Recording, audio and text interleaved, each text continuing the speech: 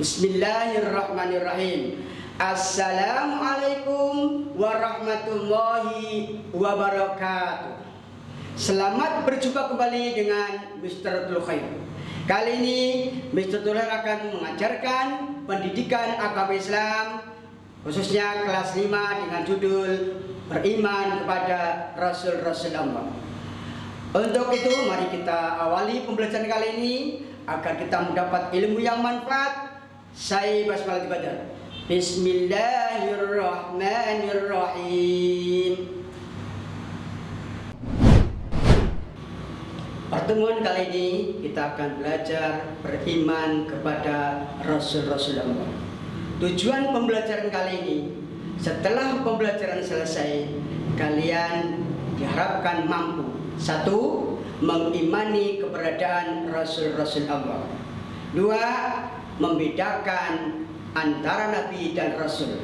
Yang ketiga, mampu mengetahui tugas-tugas Rasul. Yang keempat, mampu memahami sifat-sifat Rasul dan sifat mustahil Rasul dan sifat jaiznya. Yang kelima, mampu mengetahui hikmah beriman kepada Rasul-Rasul Allah. Dan yang terakhir, mampu bersikap sabar dan jujur sebagai aplikasi dari pemahaman mengenal Rasul-Rasul Allah. Yang pertama, kalian harus tahu pengertian atau definisi beriman kepada Rasul-Rasul Allah. Beriman kepada Rasul-Rasul Allah artinya kita harus yakin dan percaya bahwa Nabi dan Rasul adalah benar-benar utusan Allah. Dan kita meyakini dalam hati, diucapkan dengan lisan dan dibuktikan dengan tindakan serta terhadap risalah-risalah yang telah disampaikan kepada kita. Jelas ya? Jadi arti mengimani kepada Rasul yaitu kita yakin dan percaya bahwa Rasul Allah adalah benar-benar utusan Allah, dan kita meyakini dalam hati, diucapkan dalam lisan, dipraktekkan dalam tindakan, dan kita juga mengamalkan apa yang telah risalah Rasulullah berikan kepada kita semua. Kemudian kita masuk berikutnya, yaitu pengertian Rasul dan Nabi. Pahami ya, pengertian Rasulullah berbeda. Kalau Rasul adalah seorang laki-laki yang dipilih oleh Allah dan diberi wahyu, dan wahyunya disampaikan kepada dirinya dan kepada umatnya. Rasul, kalau menurut keterangan ada 313. Alhamdulillah kita diwajibkan cuma mengetahui 25. Dan Nabi adalah seorang laki-laki yang dipilih oleh Allah, diberi wahyu hanya untuk dirinya sendiri. Nabi jumlahnya semestinya ada 124.000. Nabi dan Rasul dalam agama Islam sebenarnya jumlahnya banyak, namun secara umum Nabi dan Rasul yang wajib ketahui berjumlah 25. Alhamdulillah. Coba kalau banyak, tak mampu ya. Terus hukum beriman pada Nabi dan Rasul itu wajib atau fardu ain. Dalil perintah kita beriman pada Rasul yaitu surat Al-Ahzab ayat 46. Wa da'iyan illallahi bi'idnih wa sirajan munir. Dan untuk jadi penyeru kepada agama Allah dengan izinnya, dan untuk jadi caranya yang menerangi, dengan cahaya menerangi. Terus kita tahu perbedaan Nabi dan Rasul ya. Perbedaan Nabi dan Rasul, yang pertama, Nabi gambar wahyu hanya untuk dirinya, sedangkan Rasul untuk dirinya dan umatnya. Yang kedua, perbedaan Nabi Rasul, kalau Nabi diutus setelah orang-orang sudah beriman, manusia sudah beriman pada Allah, sedangkan Rasul diutus ketika umat belum beriman pada waktu masuk kafir. Yang ketiga, Nabi tidak mempunyai umat, sedangkan Rasul mempunyai umat. Yang keempat, Rasul pasti Nabi, sedangkan Nabi belum tentu Rasul. Yang kelima, jumlah Rasul keseluruhannya ada 313, jumlah Nabi ada 124.000. Anakku yang berbahagia, mari kita lihat lagi tugas para Rasul itu apa sih? Yang pertama, menyampaikan ajaran kepada manusia dan mengajak untuk beribadah kepada Allah. Yang kedua, menjelaskan semua permasalahan yang diturunkan oleh Allah. Yang ketiga, membimbing manusia kepada kebaikan dan menjauhkan dari kejahatan. Yang keempat, membawa kabar gembira atau basyir dan membawa peringatan atau tandir, yaitu adanya neraka. Yang kelima, memperbaiki kondisi umat manusia. Dan yang keenam, terakhir, yaitu memberikan teladan yang baik, baik itu perkataan maupun perbuatan. Nah, Bapak punya video nih yang sangat menarik. Coba kalian simak, yaitu video ini tentang lagu anak-anak tentang 25 Nabi. Coba simak ya, supaya kalian cepat hafal. As-salatu ala nabi wassalamu ala rasul wal anbiya'il mursalin kulluhum mukramun. Salawat ke atas nabi, sejahtera ke atas rasul, nabi-nabi yang diutuskan, mereka semua adalah mulia.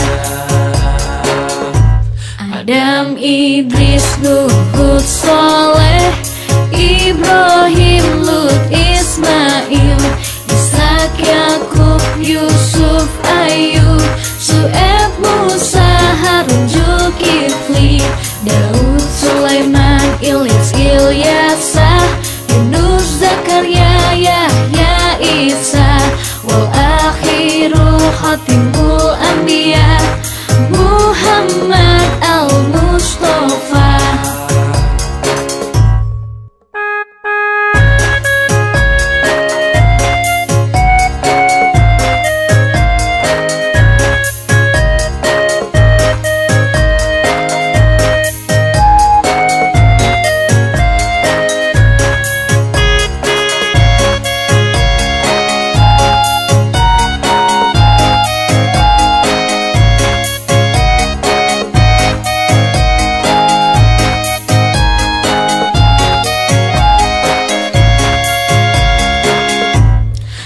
As-salatu ala nabi wassalamu ala rasul wal anbiya'il mursalin kulluhum mukramun. Salawat ke atas nabi, sejahtera ke atas rasul, nabi-nabi yang diutuskan, mereka semua adalah mulia. Adam, Idris, Nuh, Hud, Saleh, Ibrahim, Lut, Ismail, Ishak, Yakub, Yusuf, Ayub, Su'eb, Musa, Harun, Zulkifli, Daud, Sulaiman, Ilyas, Ilyasa, Yunus, Zakaria, Yahya, Isa, wal akhiru khatimul anbiya, Muhammad al-Mustafa. Ya, gimana videonya? Sangat menarik kan? Ya, silakan minta. Insya Allah yang tadi mendengarkan dengan sesama, insya Allah cepat hafal. Nah, Bapak akan membacakan 25 Nabi. Yang pertama, Nabi Adam alaihissalam. Nabi Adam adalah manusia yang pertama dikasih khalifah oleh Allah, khalifah fil ardh. Dan Nabi Adam terkenal dengan namanya Abul Bashar, bapaknya manusia. Jadi nenek moyang kita adalah Nabi Adam, bukan monyet. Terus yang kedua, Nabi Idris. Nabi Idris keturunan Nabi Adam yang terkenal dengan kecerdasannya. Ia adalah orang yang paling pertama bisa menulis dan membaca, itu Nabi Idris alaihissalam. Yang ketiga, Nabi Nuh alaihissalam. Nabi Nuh itu tergolong Nabi Ulul Azmi. Mereka itu Nabi Nuh mempunyai, ya, Nabi Nuh mempunyai cobaan, ya, mendapat cobaan yang sangat berat, namun dia sanggup menang. Nabi Nuh sanggup menghadapi cobaan tersebut dengan kesabarannya. Nabi Nuh mempunyai mujizat, yaitu mampu membuat perahu besar untuk menyelamatkan manusia dan hewan dari banjir bandang. Jadi umatnya Nabi Nuh karena durhaka kepada Allah mendapat cobaan yang besar, yaitu banjir bandang. Yang keempat, Nabi Hud alaihissalam. Nabi Hud itu nabi yang mampu menurunkan hujan atas izin Allah di saat kaum Ad dilanda kekeringan hingga tanaman mati dan tidak ada sumber air. Yang kelima, Nabi Soleh. Nabi Soleh itu mempunyai mukjizat yang sangat besar, yaitu memunculkan unta betina yang hamil 10 bulan yang keluar dari batu yang terbelah. Yang keenam, Nabi Ibrahim alaihissalam. Nabi Ibrahim alaihissalam mempunyai mukjizat, yaitu tidak terbakar api ketika dibakar oleh Raja Namrud. Dan Nabi Ibrahim itu punya gelar Abul Anbiya, yaitu bapaknya para nabi. Terus yang ketujuh, Nabi Lut. Nabi Lut alaihissalam adalah keponakan Nabi Ibrahim alaihissalam. Allah mengutusnya untuk kaum Sodom dan Gomorrah yang memiliki perilaku menyimpang, suka sama jenis. Juga Nabi Lut umatnya menjadi ajab yang besar, terbelah dan tertelan oleh bumi. Dan yang ke-8, Nabi Ismail alaihissalam. Nabi Ismail alaihissalam pernah menerima perintah Allah, yaitu untuk disembelih oleh ayahnya sendiri. Namun ketika Nabi Ibrahim mengarahkan benda tajam atau goloknya untuk menyembelihnya, Allah menggantikan Ismail dengan kambing. Ya, dengan awal mula dengan itu, maka sampai sekarang dengan adanya Hari Raya Kurban. Kemudian yang ke-9 yaitu Nabi Ishak alaihissalam. Nabi Ishak itu dalam Al-Quran disebutkan Ishak memiliki ilmu, akhlak dan perbuatan yang sangat terpuji. Dan yang ke-10 Nabi Yakub. Nabi Yakub alaihissalam digambarkan dengan pribadi yang memiliki karakter yang kuat dan keimanan yang luar biasa. Yang ke-11 Nabi Yusuf alaihissalam. Nabi Yusuf pernah bermimpi kalau bulan, matahari dan bintang bersujud kepadanya. Sejak itulah Nabi Yakub mengetahui bahwa putranya akan menjadi orang besar. Sehingga kakak-kakaknya itu sangat iri dan hasad kepada Nabi Yusuf alaihissalam. Yang ke-12 Nabi Ayub alaihissalam. Nabi Ayub terkenal dengan sabarnya. Nabi Ayub, nabi yang kaya raya waktu itu, tapi dia sangat taat kepada Allah. Kemudian setan nggak senang melihat perilaku Nabi Ayub alaihissalam. Kemudian setan tak izin pada Allah untuk menguji keimanan Nabi Ayub alaihissalam. Akhirnya Nabi Ayub yang tadinya kaya jadi miskin, hartanya terbakar, gudangnya terbakar, putranya meninggal semua. Ya. Terus ada penyakit yang sangat, itu penyakit kulit selama 7 tahun. Tapi alhamdulillah Nabi Yusuf sabar untuk menghadapinya. Yang ke-13 Nabi Syuaib alaihissalam. Nabi Syuaib adalah nabi yang turun untuk kaum Madyan, kaum yang ingkar dan menolak ajakan Nabi Syuaib untuk menyembah pada Allah. Karena tetap ingkar dan tidak mengikuti Nabi Syuaib, maka Allah memberikan ujian berupa badai panas, mendatangkan awan hitam, hingga gempa bumi yang membinasakan. Terus yang ke-14 Nabi Musa. Nabi Musa alaihissalam adalah putra dari Yukabat, keluarga Imron, yang tongkatnya mampu membelah lautan. Ketika Musa dikejar oleh Fir'aun dan pasukannya, Fir'aun dan pasukannya tenggelam di lautan, yaitu di Laut Merah. Yang ke-15 Nabi Harun alaihissalam. Nabi Harun adalah nabi yang dikaruniai kemampuan berbahasa yang luar biasa. Dan yang ke-16 Nabi Zulkifli. Nabi Zulkifli itu nabi keturunan Nabi Ayub ini. Nabi Ayub satu-satunya nabi ya yang putranya meninggal semua, cuma sisa Nabi Ayub alaihissalam. Dia selamat dari reruntuhan bangunan. Yang ke-7 Nabi Daud alaihissalam. Nabi Daud adalah mujizat. Beliau mempunyai mujizat, yaitu kitab Zabur. Dia mampu membuat baju perang dari besi dengan tangan kosongnya. Dia mempunyai suara yang sangat merdu dan dia bisa berkomunikasi dengan burung. Terus yang ke-15 Nabi Sulaiman. Nabi Sulaiman nabi yang sangat kaya raya. Dia sebagai raja yang kaya raya dan berkuasa. Nabi Sulaiman mujizat itu bisa berkomunikasi dengan binatang. Nabi Sulaiman mempunyai pasukan perang manusia, jin dan hewan. Dan yang ke-19 Nabi Ilyas. Nabi Ilyas merupakan utusan Allah bagi kaum Bani Israel yang gemar menyembah patung.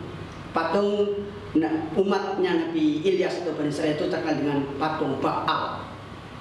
Meski telah mendapat dakwah dari Nabi Ilyas, mereka tetap ingkar hingga Allah memberikan azab berupa kekeringan yang sangat panjang. Yang ke-20, Nabi Ilyas. Ini putra angkat Nabi Ilyas, bertugas untuk melanjutkan dakwah Nabi Ilyas untuk kaum Bani Israel. Salah satu mukjizat Nabi Ilyas itu bisa menghidupkan orang yang telah mati atas izin Allah. Dan yang 21, Nabi Yunus. Nabi Yunus itu nabi yang tetap selamat ketika ditelan oleh ikan paus. Ya. Terus yang ke-22, Nabi Zakaria. Nabi Zakaria punya putra Yahya, padahal sudah usia sangat sepuh sekali. Terus inilah Nabi Yahya, putra dari Nabi Ayub. Ketika Nabi Ayub sudah sepuh, dikaruniai putra yang sangat bagus, itu Yahya alaihissalam. Yahya mempunyai seorang orang mempunyai prinsip yang sangat kuat, integrasinya tinggi, serta benar-benar menegakkan kebenaran. Yang keempat, Nabi Isa alaihissalam. Nabi Isa alaihissalam putra Maryam. Dia tidak punya ayah. Ini semualah izin Allah atas kekuasaan Allah kepada Maryam. Ya. Akhirnya Nabi Musa diangkat jadi nabi, dan Nabi Musa punya mukjizat, itu kitab Injil, dan bisa menghidupkan orang yang telah mati. Dan yang terakhir, Nabi Muhammad SAW, Nabi yang terakhir, penutup segala Nabi dan segala Rasul, Khatamul Anbiya wal Mursalin. Mudah-mudahan kita sebagai umatnya kita senantiasa membaca mukjizat Rasulullah Muhammad SAW, yaitu Al-Quran, kita baca setiap waktu. Dan kita ketahui bahwa Nabi dan Rasul punya sifat wajib, sifat mustahil, dan juga sifat jaiz. Sifat wajib Rasul itu ada, yang pertama adalah sidik, artinya jujur, mustahilnya kidik, dusta. Jadi pas semua Nabi ucapannya benar, jujur, dan tidak pernah dusta. Yang kedua, amanah. Nabi itu amanah, nggak pernah mengkhianati. Mustahilnya khianat atau mengkhianati. Yang ketiga, sifat Rasul itu yaitu tabligh. Tabligh artinya menyampaikan. Lawannya atau mustahilnya adalah kitman atau menyembunyikan. Yang keempat itu fatona, Rasul Allah, Nabi Allah yang Allah utus, semuanya cerdas, pintar. Lawannya atau mustahilnya adalah baladah atau bodoh. Dan sifat jaiz Rasul hanya satu, yaitu Rasul mempunyai sifat seperti manusia biasa. Rasul makan, Rasul minum, Rasul nikah, Rasul tidur, semuanya seperti manusia. Itu sifat jaiznya Rasul, sifat kemenangan Rasul.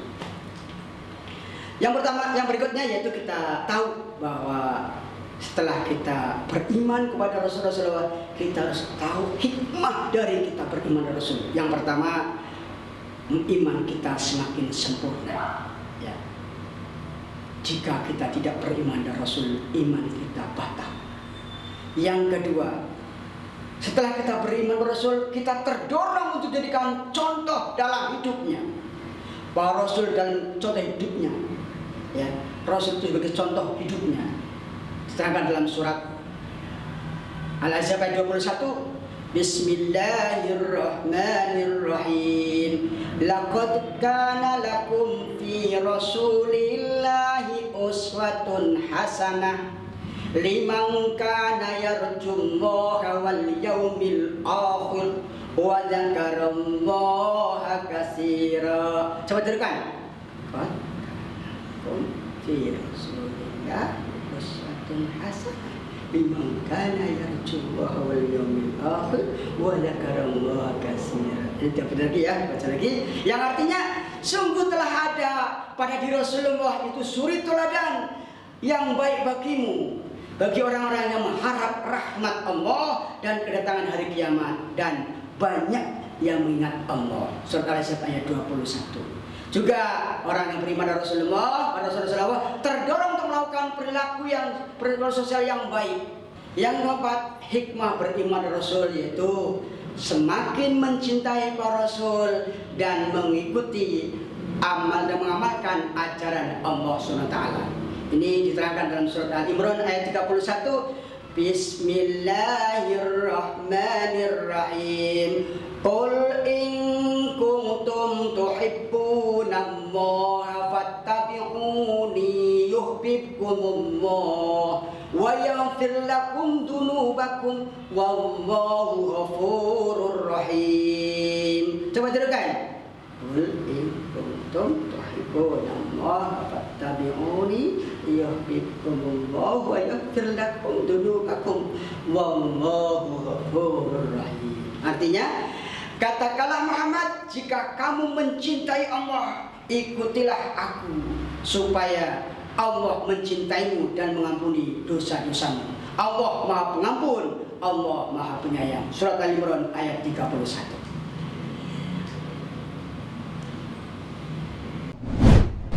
Demikianlah pembelajaran kali ini telah selesai. Tadi belajar mengenal Rasul-Rasul Allah. Mudah-mudahan kalian semua bisa mempraktekkan, mengaplikasikan sifat-sifat Rasul, baik perkataan maupun perbuatan. Insya Allah, kalau kalian bisa meneladani mereka, hidup kalian akan selamat dari dunia hingga akhirat kelak. Amin ya rabbal alamin. Mari kita akhiri pertemuan kali ini dengan saya Hamdal Qadat. Alhamdulillahirabbil alamin. Subhanakallahumma wa bihamdika asyhadu an la ilaha illa anta astaghfiruka wa atubu ilaik. Terima kasih kepada para pemirsa yang telah menonton video ini. Silakan di like, di comment, di subscribe. Jangan lupa silakan di-share dengan teman sebanyak-banyaknya. Semoga senantiasa bermanfaat. Usikum wa nafsi bittaqwallah. Wassalamualaikum warahmatullahi wabarakatuh.